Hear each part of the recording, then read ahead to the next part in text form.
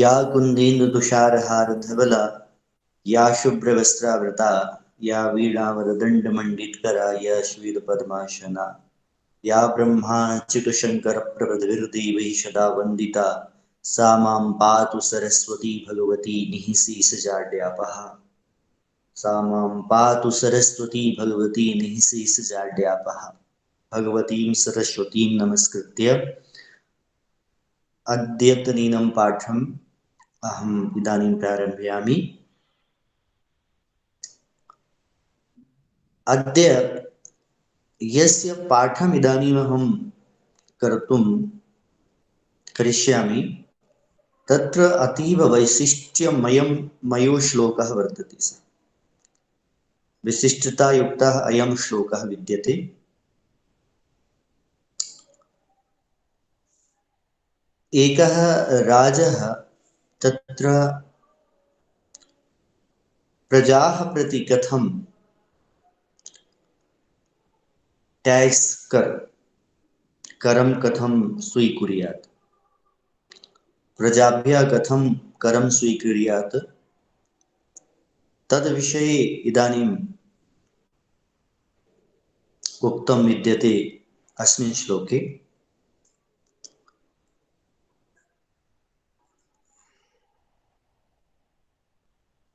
तर्हि एतस्य श्लोकस्य एकवारं चर्चा संसदि समागता आसीत्।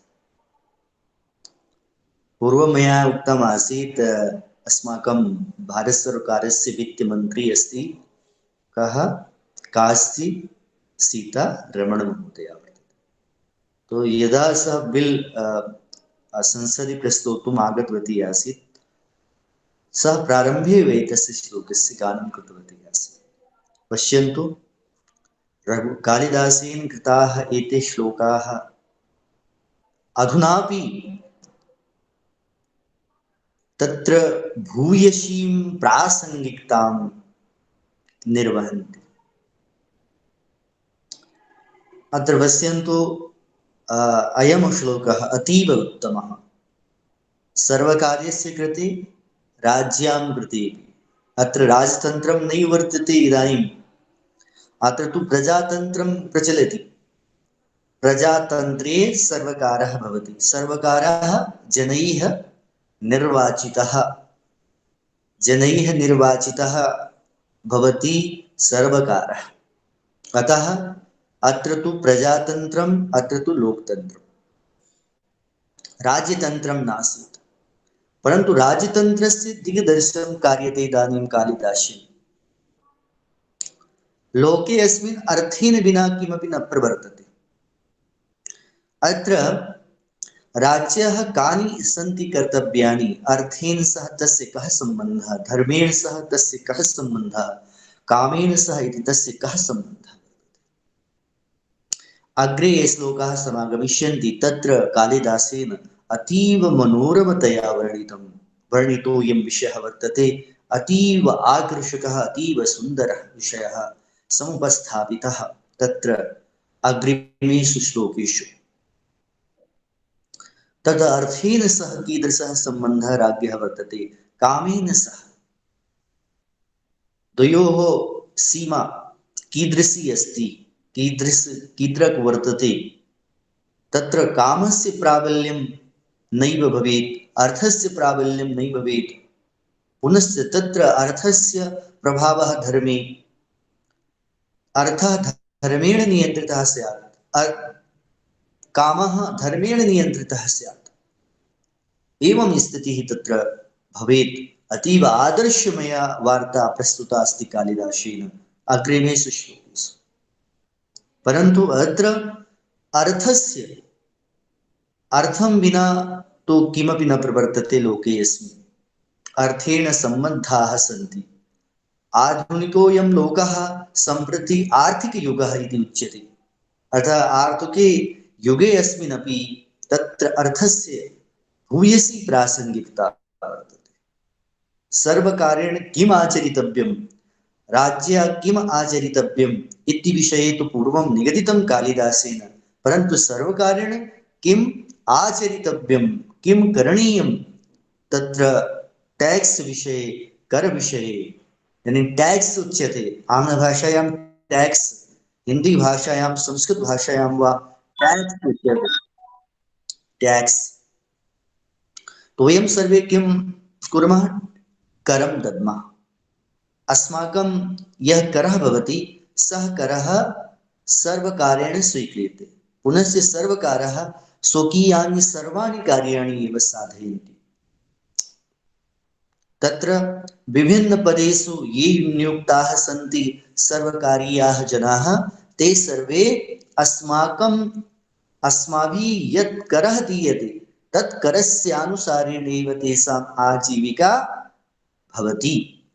ते धनं स्वीकुर्वन्ति, पुनश्च ते स्वकीयं परिवारं पालयन्ति। अतः अस्माभिः दत्तः करः सर्वकारस्य स्थितिं परिपोषयति, परिपालयति। सर्वविधकार्याणि एव किं भवन्ति? संसिद्धानि भवन्ति। अतः टैक्स इत्यस्य अधिकः प्रभावः वर्तते अस्माकं सर्वकारे। प्राचीनकाले अपि आसीत्। यदि जनाः करं न दद्युः तर्हि तस्य प्रभावः कीदृशः भवति? सर्वकारः स्वीययोजनाः न प्रवर्तितुं शक्ष्यति। अतः धनं विना अर्थाभावेन कानिचित् अपि कार्याणि भवितुं न शक्नुवन्ति। अतः टैक्स इत्यस्य तत्र प्रभावः भूयान् वर्तते। अर्थं विना राज्यम् अतीव सारहीनं निस्सारं प्रतीयते। अतः जनाः यदा अर्थं कररूपेण अर्थं ददति तदा एव सर्वकारः राजतन्त्रं भवेत् वा प्रजातन्त्रं भवेत् वा तत्सर्वमेव परिपुष्टं तत्र सुव्यवस्थं भवति। अतः राजनीतेः अयम् एकः विशिष्टः श्लोकः वर्तते।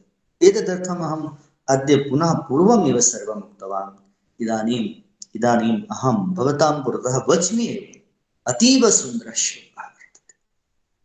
अत्र पश्यन्तु, प्रजानामेव भूत्यर्थं शताभ्यो बलिमगृहीत्, सहस्रगुणमुत्स्रष्टुम् आदत्ते हिरसं रविः, आदत्ते हिरसं रविः। अत्र दृष्टान्तालङ्कारस्य प्रयोगः विहितः कालिदासेन। दृष्टान्तालङ्कारस्य यदा प्रयोगः कृतः, पश्यन्तु, एतादृशी कुत्र स्थितिः अस्माभिः दृष्टा? मेघदूते। यदा मेघदूते महाकवि कालिदासः मेघनिर्मितेः वर्णनं करोति, मेघः कथं भूतः भवति, मेघस्य निर्माणं कीदृशं भवति, मेघः साक्षात् क्वचित् कश्चन मनुष्यो वा, कश्चन चेतनो वा अचेतनो वा इति विषये निगदति कालिदासः। कुत्र? मेघदूते। धूमज्योतिः सलिलमरुतां सन्निपातः क्व मेघः। तत्र मेघस्य निर्माणं कथं भवति? धूमज्योतिः सलिलमरुतां सन्निपातः क्व मेघः। सन्देशार्थाः क्व पटुकर्णैः प्राणिभिः प्रापणीयाः, इत्यवसुक्या दपरिगणयन् गुह्यकस्तं ययाचे, कामार्ता हि प्रकृतिकृपणाश्चेतना चेतनेषु। अत्र पश्यन्तु, मेघस्य निर्माणं कथं सञ्जायते, अस्माकं वृष्टिः कथं भवति, तद् विषये तु मेघदूते उक्तं। परन्तु सूर्यः यः प्रकाशयति लोकान्, तेन प्रकाशेन एव सः किं करोति? किरणैः एव जलं स्वीकरोति, येन बाष्पीकरणं सञ्जायते। तद् बाष्पीकरणेन प्रकाशेन वा तत्र निर्मितिः भवति मेघानाम्। अतः तादृशं सूत्रपातमपि अत्र क्रियते। एकांशः वर्तते, सूर्यः रविः सूर्यः किं करोति? जलं स्वीकरोति पृथिव्याः स्वकिरणैः।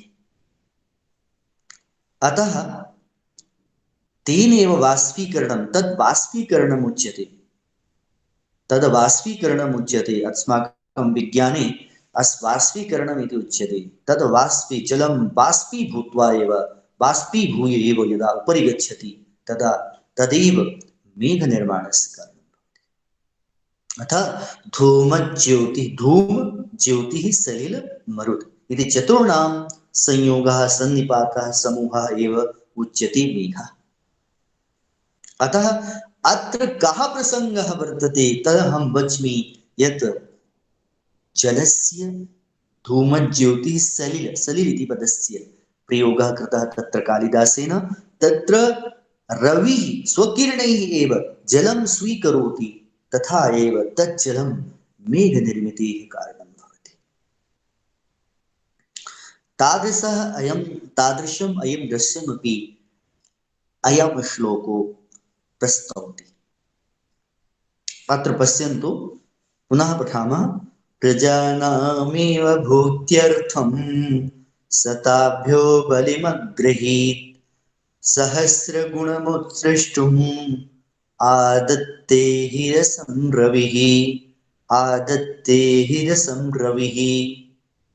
पश्यन्तु, अत्र प्रथमस्तावत् सन्धियुक्तानि पदानि कानि सन्ति। अत्र बहु सरलः श्लोकः वर्तते। तत्र सन्धियुक्तानि पदानि तादृशानि सन्ति, क्लिष्टानि नैव सन्ति। अत्र पश्यन्तु, प्रजानामेव प्रजानाम् एव। अत्र अज्झिनः अस्ति मकारः, एतदर्थम् ईकारेण सह युक्तः वर्तते। प्रजानाम् एव प्रजानाम् एव। पश्यन्तु, सताभ्यो स इति विसर्गस्य लोपः, सहताभ्यो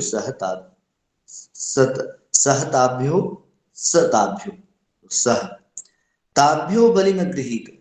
ताभ्यो इति हसि च सूत्रेण सूत्रस्य प्रवृत्ति यत्र संजाते।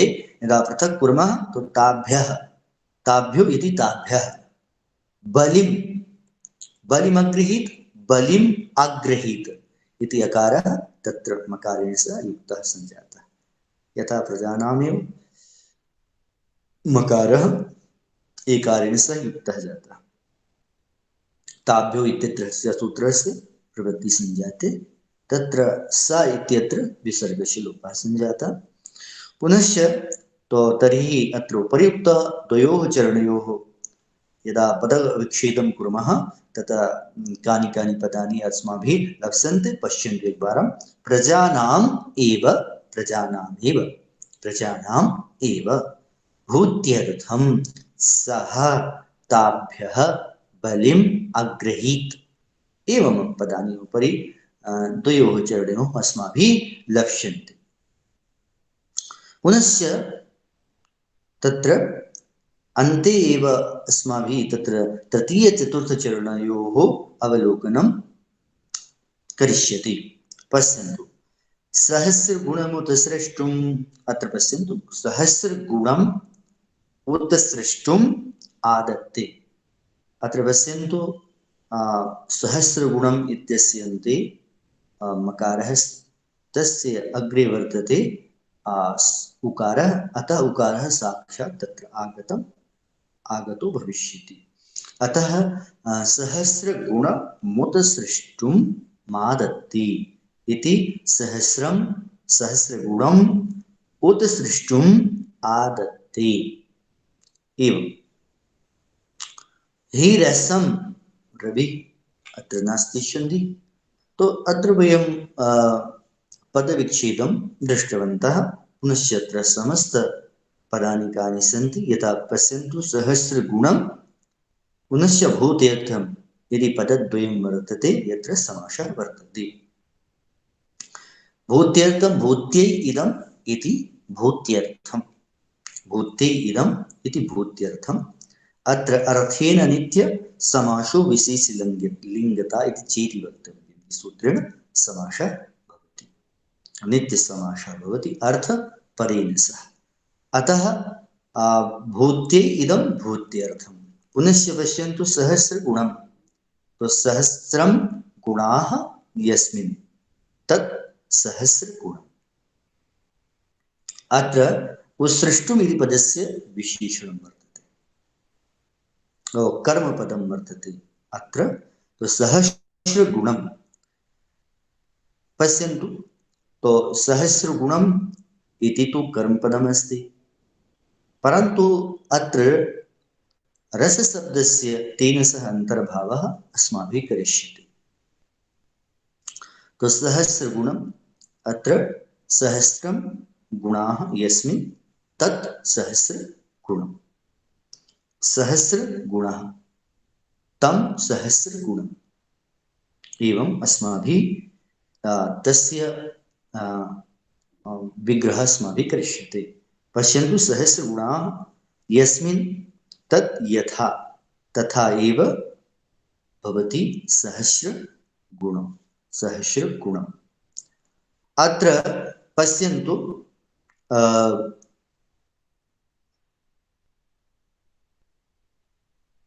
हरि ओम। हाँ गुरुजी, आवाज आ रहा है। आम्।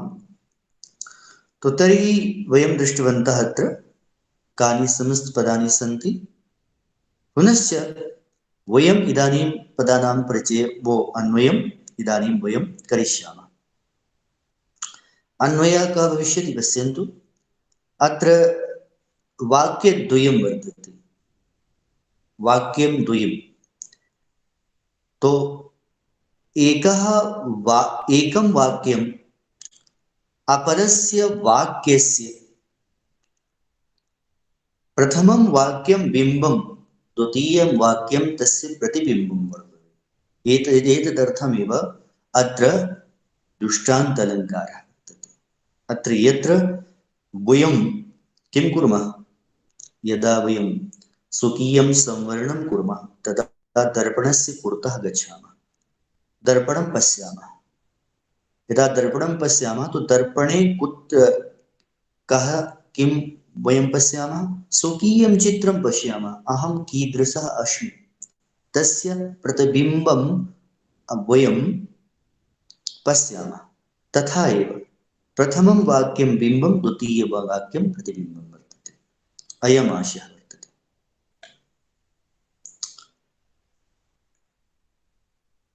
प्रथमं वाक्यं बिम्बं, द्वितीयं वाक्यं प्रतिबिम्बम्, अर्थात् बिम्ब प्रतिबिम्बयोः भावः अत्र दृश्यते। एतदर्थं दृष्टान्तालङ्कारः। अतः प्रथमवाक्यं द्वितीयवाक्यं, प्रथम वाक्यं द्वितीयवाक्यम् इति वाक्यद्वयं वर्तते यत्र। अतः क्रिया अपि द्वे स्तः। ध्वनि आगच्छति? हरि ओम्। आगच्छति। आमां। तो वाक्यद्वयं वर्तते भो। तर्हि पश्यन्तु, उपरि एकं वाक्यम् अस्ति, तस्य अन्वयः भिन्नः। पुनश्च अधः तत्र एकं वाक्यम् अस्ति, तस्य क्रिया भिन्ना वर्तते। पश्यन्तु, अद्य वयं पश्यामः प्रथमं वाक्यम् अगृहीत। अगृहीत इति क्रिया वर्तते प्रथमवाक्यस्य। तर्हि अगृहीत, कः अगृहीत? सः अगृहीत, सः अगृहीत। सः किम् अगृहीत? तत्र काम् अगृहीत? तो सः बलिम् अगृहीत, सः बलिम् अगृहीत। अत्र पश्यन्तु, बलिम् अगृहीत, बलिं कम् अगृहीत? बलिम् अगृहीत एवं वक्तव्यम्। पुनश्च अत्र पश्यन्तु, तो कः कीदृशं वाक्यं भविष्यति? सः बलिम् अगृहीत इति मुख्यवाक्यं। पुनश्च केभ्यः? सः केभ्यः बलिम् अगृहीत? सः ताभ्यः बलिम् अगृहीत। ताभ्यः काभ्यः? प्रजानाम्। अत्र प्रजायाः विषयः पुरः प्राक् तेन उपस्थितः न। अतः ताभ्यः इति पदस्य सम्बन्धः प्रजाभिः सह वर्तते। अतः एतदर्थमेव ताभ्यः इति पदस्य प्रयोगः कृतः न। तो सः बलिम् अगृहीत, सः काभ्यः बलिम् अगृहीत, सः ताभ्यः बलिम् अगृहीत। पुनश्च किं निमित्तं सः ताभ्यो बलिमगृहीत, सः प्रजानां भूत्यर्थं, सः भूत्यर्थम् एव ताभ्यो बलिमगृहीत। सः केषां भूत्यर्थम् एव ताभ्यो बलिमगृहीत, सः प्रजानां भूत्यर्थमेव ताभ्यो बलिमगृहीत। एवम् अस्माभिः अन्वयं विधास्यामः। पश्यन्तु, अगृहीत कः अगृहीत, सः अगृहीत, सः कम अगृहीत, सः बलिम अगृहीत, सः काभ्यः बलिम अगृहीत, सः ताभ्यः बलिम अगृहीत, सः किं निमित्तं ताभ्यः बलिम अगृहीत, सः भूत्यर्थम एव ताभ्यः बलिम अगृहीत, सः कासां भूत्यर्थम एव ताभ्यः बलिम अगृहीत, सः प्रजानां भूत्यर्थम एव ताभ्यः बलिम अगृहीत। एवम् अन्वयः भविष्यति। पुनः से पश्यन्तु, सः प्रजानां भूत्यर्थम एव ताभ्यः बलिम अगृहीत इति प्रथमं वाक्यम्। अर्थात उपरि अस्ति एकं वाक्यं, तस्य अन्वयम् एवं वयं विधास्यामः। पश्यन्तु, सः प्रजानां भूत्यर्थम् एव किं बलिं ताभ्यः बलिम् अगृहीत इति अन्वयः भविष्यति। पुनश्च तत्र अधः एव एकं पृथक् वाक्यमस्ति, तस्य प्रतिबिम्बं वर्तते। पश्यन्तु, हि रविः। अत्र वाक्यस्य कर्ता का, वाक्यस्य क्रिया का अस्ति, आदत्ते। हि यतो हि सम्पूर्ण वाक्यं विशेषयति, विशेषतां वदति यत्र तत्र संकेतयति, विशेषेण संकीतयति। इत्यर्थं हि इत्यस्य प्रयोगः वाक्यस्य पूर्वे भविष्यति, प्राक् भविष्यति। अतः हि इति पदेन अस्माभिः द्वितीयवाक्यस्य प्रारम्भः विधास्यते। अतः हि प्रथमस्तावत् अस्माभिः प्रयुज्यं। हि अपनस्य क्रिया का अस्ति, क्रिया अस्ति आदत्ते। आदत्ते कः आदत्ते, रविः आदत्ते। कः आदत्ते, रविः आदत्ते। रविः कम आदत्ते, रविः रसम् आदत्ते। रविः कम आदत्ते, रविः रसम् आदत्ते। रविः किं कर्तुं रसम् आदत्ते, रविः उत्सृष्टुं रसम् आदत्ते। तर्हि पुनः रविः उत्सृष्टुं, रविः रसम् उत्सृष्टुं कथं भूतं, किम् उत्सृष्टुं, रसम् आदत्ते। रविः कथं भूतं या किम् उत्सृष्टुं, अत्र रसम् आदत्ते। तर्हि रविः सहस्रगुणम् उत्सृष्टुं रसम् आदत्ते। अत्र पश्यन्तु, एकां वार्तां विशेषतया वदामि। सहस्रगुणम् इत्यत्र सम्बन्धः अत्र वस्तुतः कर्मरूपेण संजातः प्रयोगः, परन्तु रसम् इत्यनेन पदेन सह तस्य अन्तर्भावः वर्तते। रवि सूर्यः जलं ददाति, सहस्रगुणम् अर्थात सः पूर्वं रसं जलं स्वीकरोति, परन्तु तत् जलमेव सहस्रगुणं विधाय एव ददाति, एवम् आशयः वर्तते। तो जलं तो अत्र गृह्णाति, परन्तु तदेव जलं पुनः सहस्रगुणं विधाय एव पुनः ददाति, एवम् आशयः अत्र वर्तते। परन्तु सहस्रगुणम् इति पदस्य सम्बन्धः रसेन सह एव वर्तते। अतः रसपदस्य अस्माभिः वारद्वयं प्रयोगः यदि क्रियते चेत् तत्र नास्ति सन्देहः। सम्यक्? तो तर्हि रविः सूर्यः रसं जलम् आदत्ते गृह्णाति, किं कर्तुम्? उत्सृष्टुं। कथं? तत्र सहस्रगुणं रसम् उत्सृष्टुम्। एवं तत्रापि रसपदस्य अन्तर्भावः तत्र क्रियते, सहस्रगुणं रसम्। अतः सहस्रं गुणाः यस्मिन् सः सहस्रगुणः तं रसहस्रगुणम्। एवमेव अस्माभिः तत्र वक्तव्यं। रसपदस्य यदा अन्तर्भावः क्रियते चेत् तर्हि सहस्रगुणं रसं, तत्रापि अस्माभिः अन्वये कर्तुं शक्नुमः।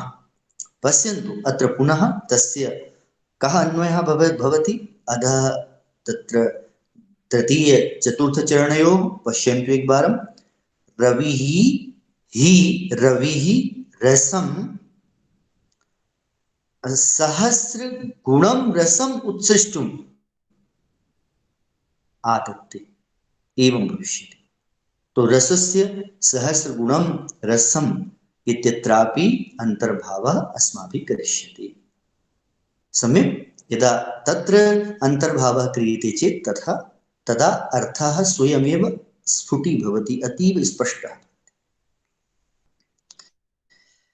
इदानीं वयं तत्र अत्र आगतानां समीक्षां पदानां वयं परिचयं तत्र करिष्यामः, स्वीकरिष्यामः। पश्यन्तु,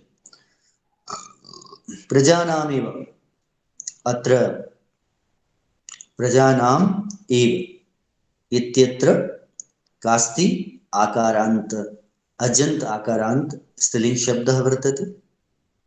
तत्र षष्ठी बहुवचने एव भवति, प्रजानाम् एव इत्यस्य परिचयः पेयं।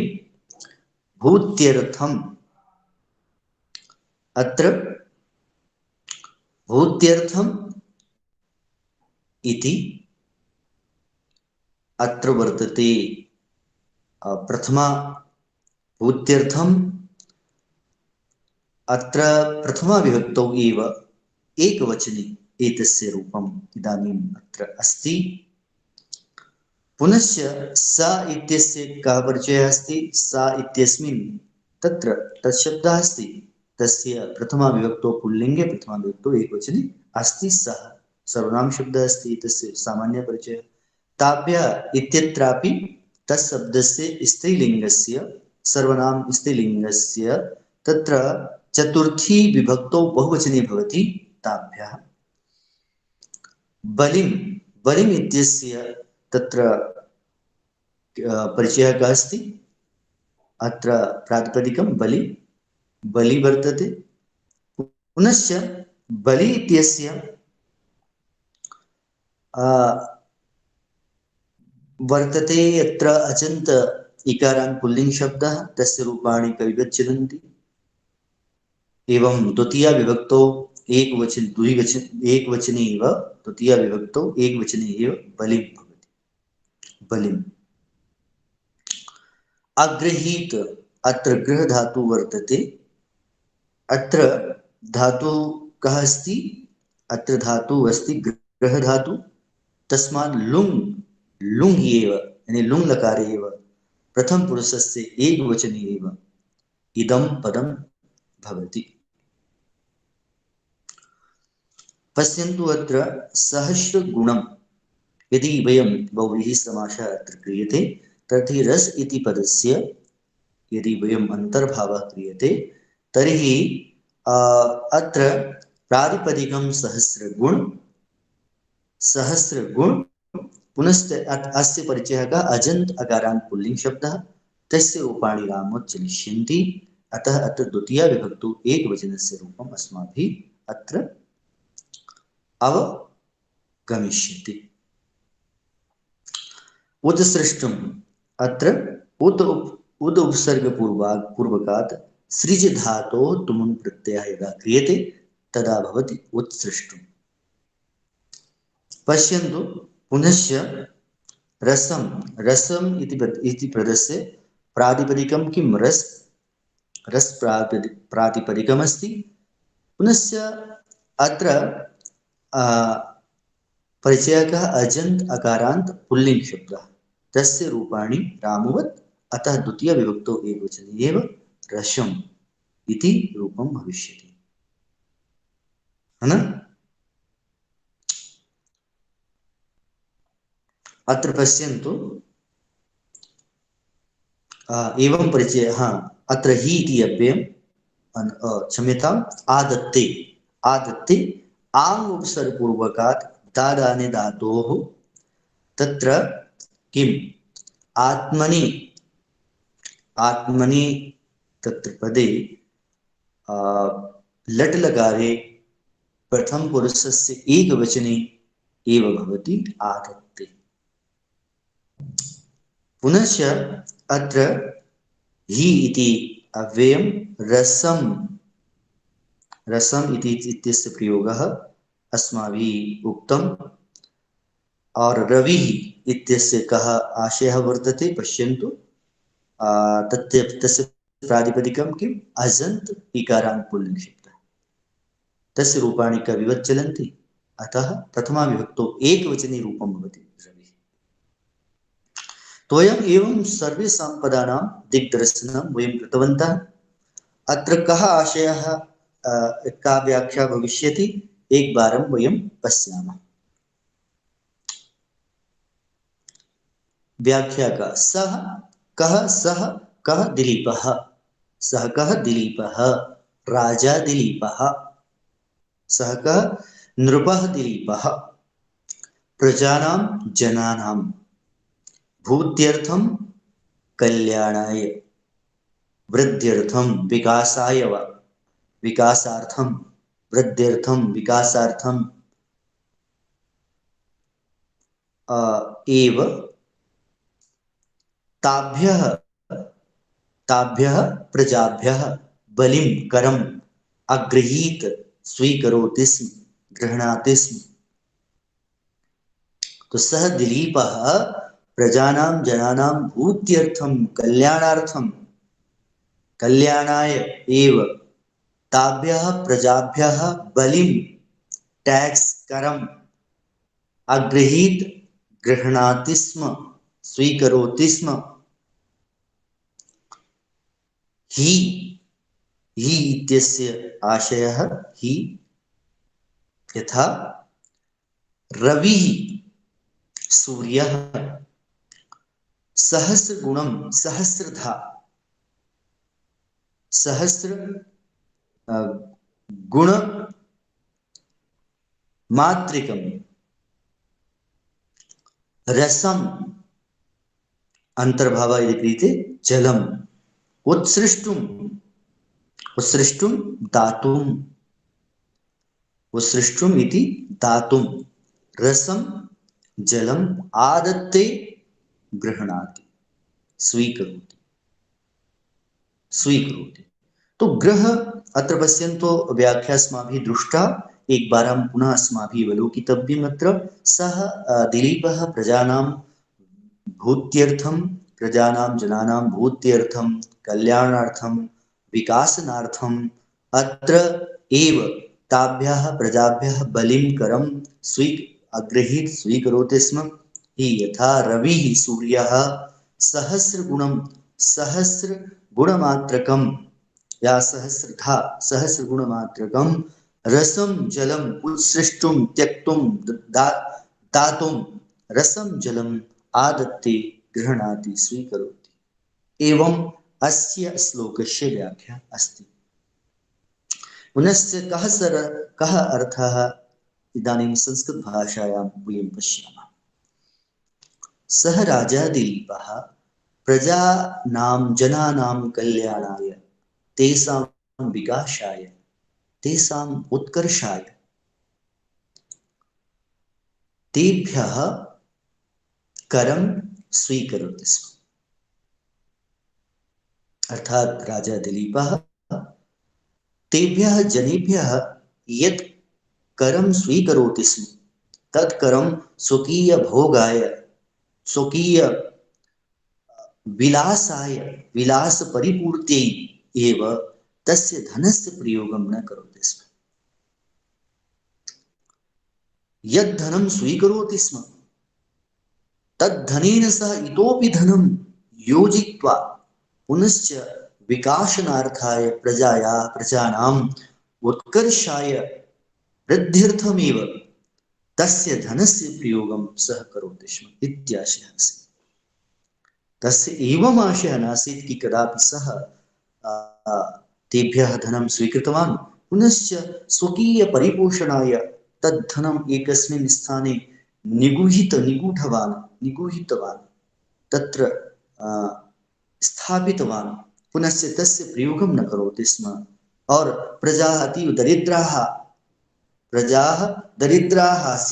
आसन् एवं नासीत्। यद्धनं स्वीकरोति स्म तद्धनेन सह इतोपि धनं मिलित्वा तत्र योजित्वा प्रजानां जनानां कल्याणाय एव तस्य प्रयोगं करोति स्म एवमाशयः। यत्र कल्याणार्थं कस्यचित् कार्यस्य उद्देश्यं भवति तत्र शोषणं नैव विद्यते एवमाशयः वर्तते। अत्र एतदर्थमेव कालिदासः अत्र निगदति तत्र प्रजानां भूत्यर्थम् अत्र उद्देश्यं पूर्वं प्रकटितं कालिदासेन। यत्र अस्माकम् उद्देश्यमेव अतीव कल्याणप्रदं भवति अति कल्याणाय भवति तत्र शोषणस्य स्थानं नैव भवति। तत्र परेषां हिंसनस्य भावः न भवति। तत्र परेषां पीडनस्य भावः तत्र नैव विद्यते। अतः अत्र यत् कुत्रापि यत् किमपि धनं सः स्वीकरोति स्म तद्धनं वस्तुतः एव तेषां विकासाय तेषां वृद्ध्यर्थं तेषां समस्यानां निराकरणाय एव सः धनं स्वीकरोति स्म। पश्यन्तु इतिहासे एकः राजा अभूत् धनानन्दः। सः अपि टैक्स करं स्वीकरोति स्म परन्तु तस्य उद्देश्यं प्रजानां भूत्यर्थं नासीत् स्वकीयोदर परिपोषणाय आसीत् स्वकीय विलास भोगाय आसीत् तस्य उद्देश्यं। यथा इदम् उद्देश्यं भवति कस्यचित् राज्यः तदेव तस्मिन् समये उत्पन्नो भवति चाणक्यसदृशः महान् परिवर्तनकारी तदा एव परिवर्तयति सर्वं समाजं। तत्र तादृशीं सत्तां परिवर्तयति यथा चाणक्यः परिवर्तितवान् तादृशीं व्यवस्थाम्। अत्र पश्यन्तु टैक्स कर इत्यस्य प्रयोगः यतोहि अत्र अस्माकं चाणक्येन लिखितम् अर्थशास्त्रे चाणक्येन तु अर्थशास्त्रे निगदितं कथं राज्ञा तत्र करः स्वीकर्तव्यः। यतोहि प्रजाः अर्जन्ति धनं परन्तु यद् धनम् अर्जन्ति तस्य अर्धभागं यदि स्वीकरिष्यति सर्वकारः वा राजा तर्हि तासां प्रजानां जीवनं तु अतीव कष्टमयं व्यतीतं भविष्यति। सर्वे दुःखेनैव स्वजीवनं यापयिष्यन्ति। अतः धनस्य अंशस्य अपि निर्धारणं कृतं यत् षष्ठांशं धनं स्वीकुर्युः येन प्रजाः अपि सन्तुष्टाः स्युः राजा अपि सन्तुष्टः भवेत्। केवलमेव राजा प्रजानां कराणाम् उपरि एव आश्रितो भवेत् एवं नास्ति एवमपि न भवेत्। करस्य प्रयोगः तु स्वकीय सहाये भवेत् परन्तु राजा अपि उद्यमी स्यात् परिश्रमी स्यात् उद्योगं कुर्यात् तत्र समाजे सर्वविध व्यवस्थानां स्थापनाय एव स्वयमेव उद्योगी स्यात्, स्वयमेव धनस्य अर्जनं स्वीकुर्यात्। एतदर्थम् अस्मिन् श्लोके रविः यथा करोति, रविः जलं किञ्चित् स्वीकरोति लेकिन सहस्रगुणं ददाति। अतः राजा कर इत्यस्य प्रयोगं केवलमेव प्रजानां हित्यर्थमेव वृद्ध्यर्थमेव कुर्यात् इत्याशयः वर्तते। यथा इदानीं प्रतिबिम्बभावः प्रदर्शयति, यथा सूर्यः किं करोति? सूर्यः तत्र पृथिव्यां स्थितं जलं यत्र भवतु समुद्रः, नदी, तत्र स्रोतः, तत्र भवतु सरः, कुत्रापि किमपि भवेत्, तत्र किं करोति सः? रवि जलं स्वीकरोति, अधिकं न। और किमर्थं स्वीकरोति? गृह्णाति किमर्थं? पोषणाय न, अपि तु किमपि विशिष्टं दानाय, इतोपि दानाय, इतोपि जलस्य संवर्धनाय एव किं करोति? तज्जलं तस्मात् स्वीकरोति, स्वीकृत्य पुनः तमेव रसं सहस्रगुणं विधाय ददाति। अतः उद्देश्यं किं वर्तते? आदानस्य उद्देश्यम् अधिकं दानाय एव वर्तते। अतः अस्माकं जीवने यदि यद् उद्देश्यं भवति तदुद्देश्यस्य उपरि निर्भरं भवति सामाजिक व्यवस्था, अस्माकं कल्याणम्, अस्माकं उत्कर्षः। अतः राज्योत्कर्षः एव भवति तदा यः राजा करं स्वीकरोति, परन्तु तत् करं केवलं प्रजानां हित्यर्थं यदि स्वीकरोति चेत् तदुद्देश्यं प्रशंसनीयं भवति। तेन राजा वसुतः स्वकीय राज्ये विकासगङ्गां तत्र प्रवाहयति, तत्रैव विकासगङ्गा प्रवहति। यथा ईदृशः राजा भवति तथा तस्मिन् स्थाने विकासगङ्गा प्रवहति। अतः तो रविना माध्यमेन अत्र प्रतिबिम्बं प्रदर्शितं कालिदासेन। अत्र दिलीपस्य जीवने अपि तादृशी स्थितिः आसीत्। पश्यन्तु, दिलीपः तु स्वयमेव कीदृशः वर्तते? सूर्यवंशीयः राजा वर्तते। अर्थात् कुले येन माध्यमेन अस्य कुलस्य प्रवर्तनं सञ्जातं वर्तते स एव रविः। तो रवौ अपि तादृशाः गुणाः सन्ति यथा दिलीपे अपि वर्तते।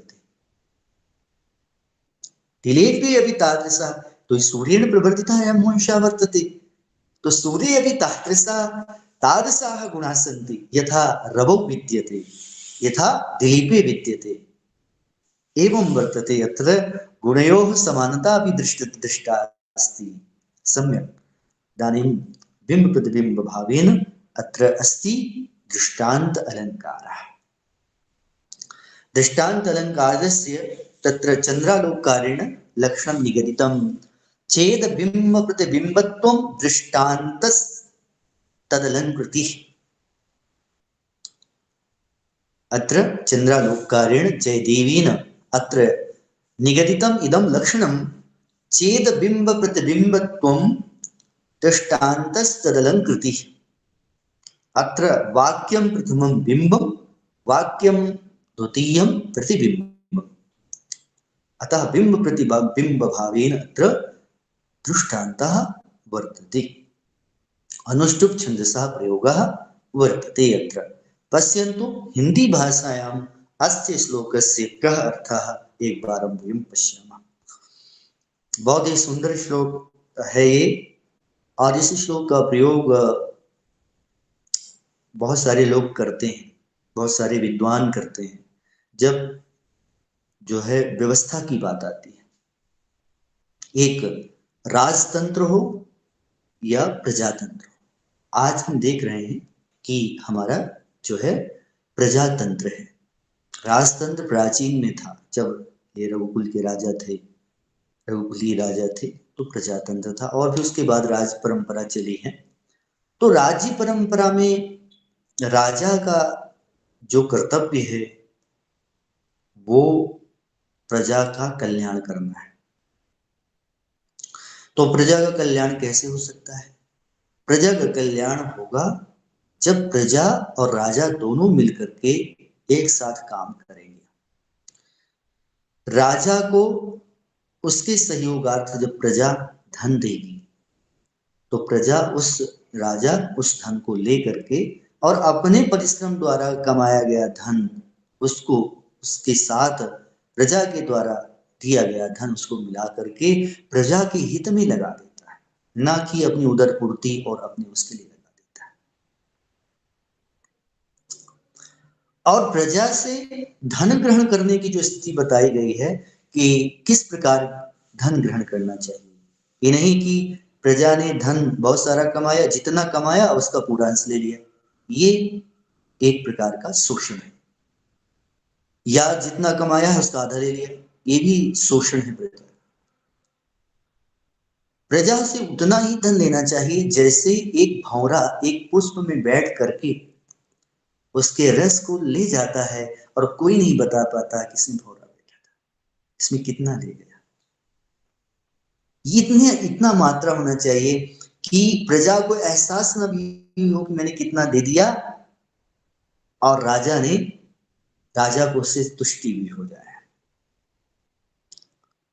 तो क्षति नहीं होनी चाहिए कर्म में। तो बहुत अच्छा एक उदाहरण दिया है कि पुष्प में बैठा जो भौरा होता है, यदि वो वहां से रस ले भी जाता है लेकिन उसमें किसी प्रकार की क्षति और विकृति नहीं दिखाई पड़ती। तो राजा को वैसा ही टैक्स, वैसा ही कर जो है किससे स्वीकार करना चाहिए? प्रजा से लेना चाहिए।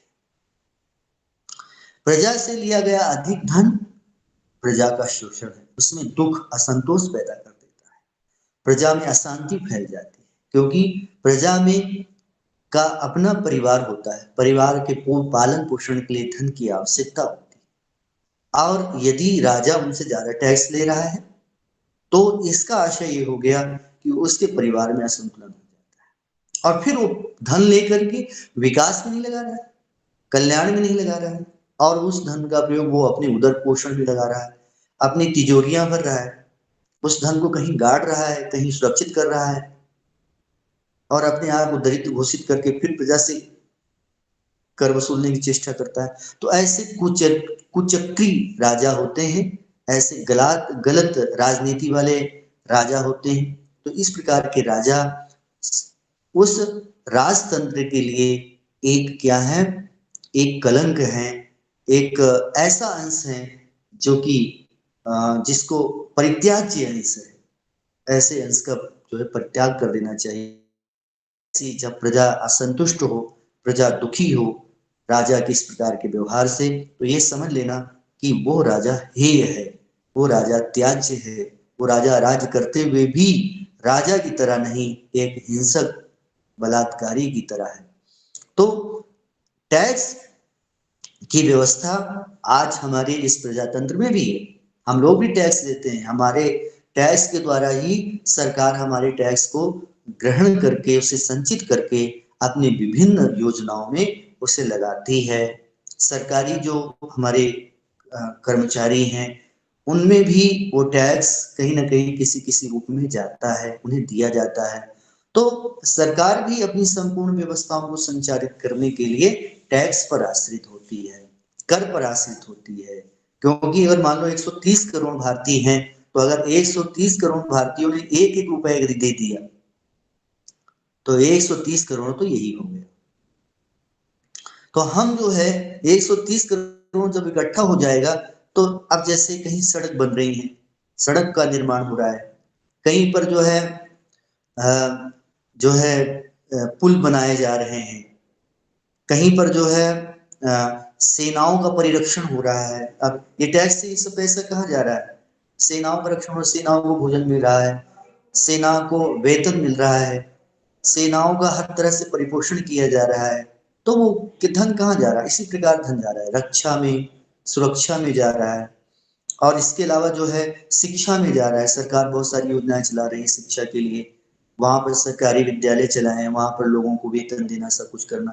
तो शिक्षा, सुरक्षा और अनेक प्रकार की जो सामाजिक व्यवस्थाएं हैं उनको बनाने के लिए ये जो टैक्स हैं, ये कर हैं, ये सरकार हमसे लेती है। लेकिन उस समय जो राजतंत्र था उसमें राजा दिलीप कैसा टैक्स लेते थे? तो टैक्स तो लेते थे, लेकिन उस टैक्स का प्रयोग जो है वो केवल विकास के लिए लेते थे। उसको जितना लिया और अपने परिश्रम से जो कमाया हुआ धन है उसको थोड़ा सा उसमें जोड़ करके, उसमें मिला करके, और उसी पैसे को राज व्यवस्था में लगा देते थे, लोग जरूरतमंदों को देते थे। तो ऐसी जो व्यवस्था थी, उस ऐसी व्यवस्था में जो है ये टैक्स क्या करता था? प्रजा के तुष्टि के लिए होता था, संतुष्टि के लिए होता था, खुश रहते थे। अब इसका बिंब प्रतिबिंब भाव कैसे?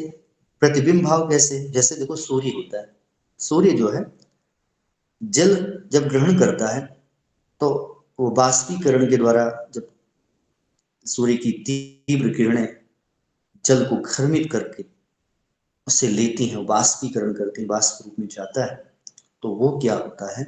वही जल वर्षा का कारण होता है। वही वर्षा, वही जल संचित होकर के लिए गए थोड़े से जल को वो वर्षा के द्वारा कई गुना बढ़ा करके दे देता है। तो यहाँ पर सूर्य का उद्देश्य भी नीचे जल ग्रहण करने का से अपनी पिपासा को शांत न करके अभी तो उसी जल को कई गुना बढ़ा करके पुनः पृथ्वी में देने का जो उद्देश्य होता है, वही राजा दिलीप का भी उद्देश्य था। और वे जनता से, लोगों से जो जल ग्रहण करते थे, उसी जल को जो धन कर ग्रहण करते थे, उसी कर में कई गुना पैसा मिला करके, हजारों गुना उसे मिला करके उसी में प्रयोग कर देते थे। तो ये राजतंत्र का, प्रजातंत्र का और जीवन में एक राजकीय व्यवस्था को सुचारू रूप से चलाने का एक बहुत बड़ा एक श्लोक बताया है यहाँ पर कालिदास ने। तो आज की कक्षा बस यहीं तक। आप में आज से कोई, आप लोगों का कोई प्रश्न हो तो पूछ सकते हैं।